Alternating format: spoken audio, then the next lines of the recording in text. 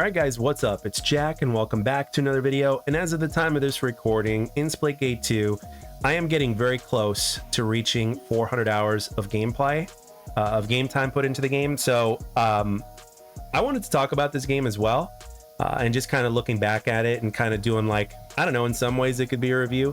But I also wanted to talk about a few other things as far as the content creation side of things go because in the comment section, sometimes people can be very flattering in terms of their assumptions of certain things. So I kind of wanted to address that, as well as going over a little bit of, you know, how things came to be with this game, so to speak. So let's start at how in the world did I get it into 400 hours in such a short period of time? Because I've been playing games like this since I was 18, and I'm getting close to being 41 years old now. And I can assure you that if it wasn't for the fun factor, there's no way in the world that I've been streaming this game as much as I have, or playing this game as much as I have. Because I've been, you know, if you go in my live tab, you know, if you go on my main YouTube page, you know, at the very at the home page, and then you click on the live tab, you will see probably like 65 or 66 streams of multitude of hours that I put into this game. And I can tell you that it wouldn't be the case if I wasn't enjoying it, right? And that's the center of everything. And it's even gotten to the point to where things have gotten so flattering to where some people think that I'm paid to cover this game as much as I have, because so many people now at this point, especially over the last month or so, a lot of people have abandoned this game, you know, for a multitude of different reasons, you know, because the viewership is not there. And this includes me. The viewership is not there for me either, but I still cover it. But I'll go into that in a minute. But you know, a lot of other people have abandoned this game as far as content creation goes. Either it's because they're not being sponsored like they once were, or maybe the viewership is not there.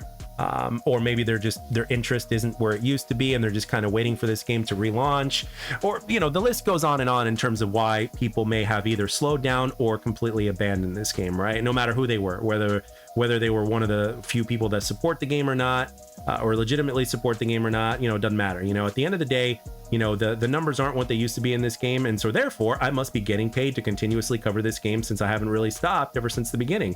Well, the answer to that is, apart from the YouTube ad revenue that I receive from my channel being monetized, as well as the super chats that I've received from some of you guys on stream, which is a very humbling experience, by the way. Thank you very, very much for that. Shout out to you guys on stream. I have not received, apart from YouTube, I have not received anything for covering the game. I've been offered a spot on the MVP creator program, but I've respectfully declined more than once. And the reason being is because I want to continue to feel completely free and unshackled, right? And free to give my complete and honest opinion. You know, at the center of everything is trust, and I really don't want to put myself in a position to where I can compromise that.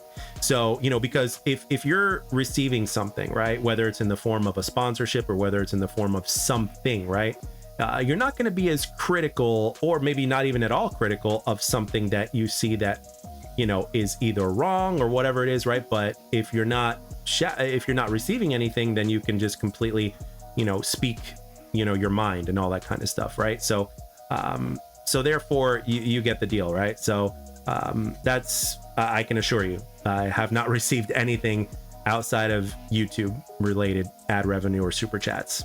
That's it. So it's simply passion, simple as that. Like, the gameplay in this game is really good. Like, for instance, I love the hit detection, I love the gunplay, I love the maps, I like the fact that you get awarded for good situational awareness. I love the fact that you get rewarded for consistency. You get an engagement so many times per every life. There's so many different ways you can get an engagement. The movement feels great. I mean, the list goes on and on, right? For me personally, this game checks off so many check boxes. It's great. The portals obviously could use more balancing, because if you can get to a certain level of familiarity with the portals, it can, like, literally bypass everything else, which just goes to show you that that's a little bit off balance. It's supposed to be an additive instead of the end all be all. So that's something that needs to be worked on, but that's one of the things that the devs are working on as we speak. So again, when you're looking at a game that's being developed by devs that actually know and play the first-person shooter genre, as well as devs that actually take their community's feedback to heart. That's a big deal, and that's how games used to be developed. But now that games are being developed in a completely different way, and it's all about, you know, the only language that, you know, the publishers of these devs understand is money, right? And on top of that, you've got the fact that, you know, publishers limit devs to what they can and cannot do now. It wasn't always the case in that aspect, right? I mean, it was, but not to the degree that it is today, you know? And the fact that 1047 doesn't have anything to worry about in that department is really good. You know, their CEOs and the devs are, you know, in terms of what they decide, are in charge of this game. So that's definitely a good thing. And the fact that the community actually does have an impact in terms of their feedback, in terms of how this game will end up, is great. And the fact that there's so many playtests that are coming in order to get a better picture of this is great. So when you're looking at it from a gameplay standpoint, from a development standpoint, from a community standpoint, it's like, how can you not support this game? You know, it may not be the most popular game right now, and it may be a niche thing. It may be that maybe arena shooters are not as popular as they once were, which could definitely be something, but that doesn't mean that there's not enough room for the arena shooter to exist for people that like it, like myself, right? And I know for a fact that there's not just people of my age range that enjoy this game. I know that there's a percentage of people that are younger, significantly younger than me, that enjoy this game. But again, we just want, at the end of the day, we want our own space, you know, in this particular genre and on the market and stuff like that. That's the way it is. You know, we want this game to continue to succeed. The original game has been, you know, has moved on to peer-to-peer, or is going to move on to peer-to-peer after like a week or so from now. You know, but the game is not going to, the first game, the original game is not going to die. So that's great. So with Splitgate 2, you know, there's, again, the potential for the game is just, it's got so much potential from so many different angles. And even though if it doesn't reach the, you know, the insane levels of popularity like some of these more popular first-person shooters, in my mind, as long as it's popular enough to keep the bills paid as far as the devs are concerned, and for the wheels to continue moving forward, then we're fine. You know what I mean? So, because there's lots of potential with this game, and from every single standpoint, if you think about it, there's just, you know, nothing but good things coming. You know, so I for one am very excited about the relaunch, and I really give the devs credit for doing that, for going all the way back to beta in order to make the game as impactful as it can be come relaunch. And I have faith that they will deliver. So you know, we're months away from that happening, but again, as this game continues to go through that transition, I think we'll be in a good spot. So and again, as far as content creation goes, as long as I continue to enjoy the game, and as long as I don't run out of steam, I'm fine. You know, there may be a time to where I may not be able to keep up with some of these very young, talented, you know, players that play this game, but you know, as long as I enjoy the process, that's all that matters. As long as I continue to get dopamine, that's all that matters, you know. So at some point in time, I may have to put games down, and again, for me, it's kind of personal because of the way this game is developed, and kind of gives a nod to the way games used to be developed, which is one of the big reasons why I support this game, and as well as everything that goes on under the hood in terms of, you know, the how the matchmaking works, and how the aim assist is not overpowered, and all that kind of other stuff. So the list goes on and on, right? So but at the center of everything is trust, and as far as, you know, gameplay is concerned, you know, the enjoyment of the game, right? So if you're enjoying it, and if it's an organic experience that's not being messed with in real time, and as long as, you know, the cheaters are taken care of and all that kind of stuff, we're good, you know. Because a lot of games nowadays, you know, it just seems that the community just doesn't seem to matter as much anymore. So it's kind of sad, but I like the fact that it's not the case in Splitgate 2. So but anyway, but yeah, overall, I'm pretty sure that's all I wanted to say for the most part, in terms of my thoughts about the game, and you know, the potential future that this game has, and why I continue to cover it, and all that kind of stuff. So but with that being said, we're going to transition now into the combat record / leaderboards portion of this video, and we can have a quick powwow about that, and then we'll do the outro, and then we'll call it a video. So I'll see you guys at the leaderboards and combat record section. All right, welcome back to the combat record and leaderboards. So these are pretty much my stats at this point right now, and you know, when I first looked at this specifically right here, like average kills, I'm like, there's no way that my average kills are this low. I mean, the lowest I usually get is 18 or 19, and that's like when I'm having a lot of bad decisions on my part, as well as playing against good players. I can at least get in the high teens, so I thought this was wrong. But it makes more sense, kind of like this does, because there's this, and then there's this. So, like I said, like when you're getting an assist, it doesn't count towards this, even though in the game your assists will show up as a kill, which is wrong, but in the game it shows this, it doesn't show this. So when you're at the end of a game and you're looking at the scoreboard, you're seeing this number in terms of kills, deaths, and stuff like that. It doesn't show your assists, but it shows your kill, death, but your assists are still there, and that's why the numbers are where they are. So in terms of the amount of full kills that I get in a game on average is 16, or just under 16, which obviously makes sense. By the way, I only play arena. I don't, let me get rid of that. I don't play onslaught or battle royale, so this is strictly arena. So as you can see, there's nothing here for onslaught, or, you know. And I played one ranked match accidentally, and it was actually kind of fun. But again, I just there's plenty of reasons of why I don't play ranked. But anyway, maybe in the future. But going on here, I'm actually, you know, most of the time that I've spent playing this game is solo. And at a 58 win loss percentage, that's pretty damn good. So, you know, 1.56, 2.36 KDA, which includes the, you know, and assists, I think, or excuse me, damage, I think is, again, the most valuable, especially since I exclusively play Team Deathmatch, especially ever since it was iterated as its own playlist. Ever since then, I've been playing that exclusively. So, I think damage is very, very important with that. So I'm pretty proud of this number here. Amount of kills, 35,205, deaths, 22,516, assists, that's a lot of assists over here. So again, this is where a lot of my damage comes from. Like, basically, I have half of my, like, if I were to get like 100% kills, like my KD ratio would be a 3. If these did not exist and they were in the form of kills, my KD ratio would be a 3, and then my kill, deaths, assist thing, I guess this wouldn't be a thing, but regardless, like, again, I put in a lot of damage, and I'm very proud of that. So, you know, I like to be the biggest nuisance as I possibly can. I absolutely love it, and it equals. This is basically, to me, average damage to me is like the equivalent of score per game or score per minute. Basically, score per game. This is basically, you know, your score per game. So. I basically, like, I would say that, you know, obviously both of these are pretty close, so it's pretty valid, I guess. So, and I always try to get the most damage possible.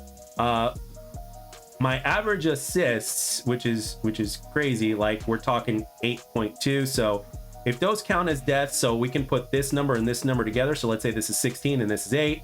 At 24, so at 24 kills, yeah, that would make about sense in terms of your average kills per game, you know. So, and then of course your average deaths, so that would put me at close to 2.4, which is what this is if this was to translate into kills. But again, there's plenty of times where I'm pretty sure I kill somebody, but even though it counts it in game and what you see at the end of the scoreboard is in game, it is not the case. It could be deceptive. I understand why it's there and why they're doing that, but at the same time, in my purest of heart, I just want I want everybody to just have this. Like, and I also would like when they release the combat record and the leaderboards in game, which I believe they will with the relaunch.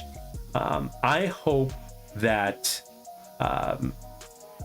you know, you still have your, like, I hope all these are separated. Like, I want arena to be separated from onslaught, from battle royale, because if you look at some other content creators stats, if they play onslaught and battle royale and they're a pretty good player, all of this stuff here will be amplified. Like their KD ratio and all that kind of stuff is amplified. I remember somebody on stream was asking me, like, dude, it's like, I see you on stream, there's no way your numbers are this low. Well, again, this just counts your like legit kills, and this is what you're seeing on stream in terms of kill, deaths, assists. So just to kind of put that out there. And of course, I only play Arena. If everybody else just played Arena, I think it would be very interesting in terms of what everybody's stats would be. So I would personally love to see a stat record / combat record to where they would be categorized in 3 separate categories for Arena, Onslaught, and Battle Royale. I hope they get like separate stats for all those, so that way, you know, it's always good to kind of compare just for argument's sake, you know, even though it doesn't really matter at the end of the day, just my, you know, my picky side just standing out. So those are my stats. So let's go on to leaderboards. So these are for the all playlists and kills, and I'm at number 13 in terms of kills at 36,576. And these are like all the playlists across the board. So I personally like to do unranked arena and takedown because that's all I play. I just play unranked arena. That's it. You know, just team deathmatch exclusively. So the stat, yep, let's go for kills. Country doesn't matter. So I am at number 3 in terms of just kills in unranked arena and takedowns, I guess. And if you look at my favorite stat, which is damage, I am at number 2, and this guy right here is always playing. Like, this guy plays a lot. And remember, these don't update in real time. It takes a little bit of time for those stats to go from game to here, but they are consistent. That's one thing that I have noticed. They are consistent. So at first I thought they weren't, and I thought they weren't that accurate, but they are. I somehow made it to number 2 in the world in terms of damage, and I'm actually really, really proud of that. And I don't know what this guy plays over here. I mean, sure, I could go into his stuff, but he's got 200, literally 200 games more than me, which is pretty nuts if you think about it. So, you know, I could do 200, you know, multiply that by, you know, my average. So, yeah, be very, very interesting to see how it would end up. But Hayes over here just plays the living hell out of this game. But all these guys that you see over here are the ones that still play. So even if this game had a better what's it called, player count, I think you'd still see the same names like in the top leaderboards, because they're the ones that love the game, they're the ones dedicated to the game, so it is what it is. So yeah, these guys are absolute monsters. Like, all these names that you see on here, these guys are monsters, you know. So you know, I remember seeing Jabo Enderman like somewhere really close to here, and he's you know, he's someone who's really dedicated to the game as well. He's playing other games as well, unlike myself. I played against this guy earlier on stream. He's a really good player as well. So unknown player, number 1 worst player. That's actually kind of funny. But yeah, some of these guys you'll recognize if you play the game enough. So, but yeah, I absolutely love this game, and you know, being at the top 2, I don't know if I should take that as cringe, or I don't know if I should be proud of it, but yeah, I just love the game and I play it. So that's pretty much it. So anyway, with that being said, guys, one thing I want to say before closing here is, whatever you do not play for stats. You know, leaderboards are going to come regardless of how much you play. That's different, but don't play for stats. You know, play the way you enjoy playing the game. And the way I enjoy playing the game is I like to cause as much damage as possible whenever I see a target. That's how I love to play the game, which is pretty much the same way I like to play games that are not even first-person shooters. I see a target, I want to do damage, as much damage as I can, and if I can do it in style, that's great. If I can do it in different ways and mix things up, that's great. But that's basically how I like to do it. I've always played that way, and it looks like I always will. So, but with that being said, again, thank you to Splitgate 2 for being awesome. Thank you to the development team for being awesome. And yeah, nearly at, I'll show you right now, I'm about, I think, less than 10 hours away from being at 400 hours. So yeah, 390.5 hours in this game. And wow, only just a few months after it released. So holy crap. So but with that being said, guys, thank you again for all the support. You guys have been awesome. I obviously enjoy this game, and I'll see you guys on the next stream and or video. Take care.